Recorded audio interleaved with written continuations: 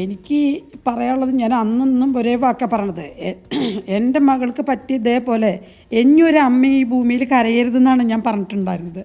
അതിപ്പം ഞാൻ അതിന് വേണ്ടിയിട്ട് പോരാടി. സുപ്രീം കോടതി വരെ ഞാൻ പോരാടി, അത് വിജയിച്ചു. അവന് തൂക്കുകയറില്ലെങ്കിലും ജീവിതകാല അവസാനം വരെ ജയിലിൽ കിടക്കാമെന്നുള്ളൊരു ഇതിൽ വന്നു.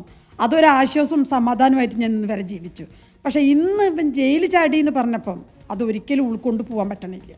കാരണം ഇത്രയും വലിയ ജയിലിൽ ചാടണമെന്ന് വെച്ചിട്ടുണ്ടെങ്കിൽ അവനൊരു സപ്പോർട്ട് ഇല്ലാതെ അത് നടക്കില്ല. ഈ ഒറ്റക്കൈകാരന് ഒരു സപ്പോർട്ട് ഇല്ലാതെ ഇത് ഒരിക്കലും നടക്കില്ല, ഈ ജയിലിൽ ചാട്ടം. അപ്പോൾ ആരാണ് അവനെന്തിന് സപ്പോർട്ട് ചെയ്തത്? ഇവൻ എത്രയും വേഗം പിടിക്കുക എന്നുള്ളതാണ് ആദ്യത്തെ ഇത്. അത് കഴിഞ്ഞിട്ട് മതി മറ്റേ കാര്യങ്ങൾ. ആദ്യം ഇവനെ പിടിക്കുക. ഒരു പെൺകുട്ടിക്ക് ഇനിയൊരു അനുഭവത്തിൽ ഇങ്ങനെയൊന്നും വരരുത്. ഇവനായിട്ട് ഇനിയൊരാളും കണ്ണുനീര് കുടിക്കാൻ വഴി ഉണ്ടാവരുത്. അന്ന് അങ്ങോട്ട് പോയ ഗോവിന്ദൻചാമിയാണ് ഒന്ന്.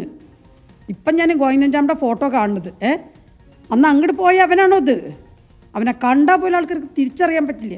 പക്ഷെ സൗമ്യം മറക്കാത്തോടത്തോളം കാലം വരെ അവനാരും മറക്കില്ല. അതിലൂടെ ജനം തന്നെ അവനെ പിടിച്ച് ശരിയാക്കും.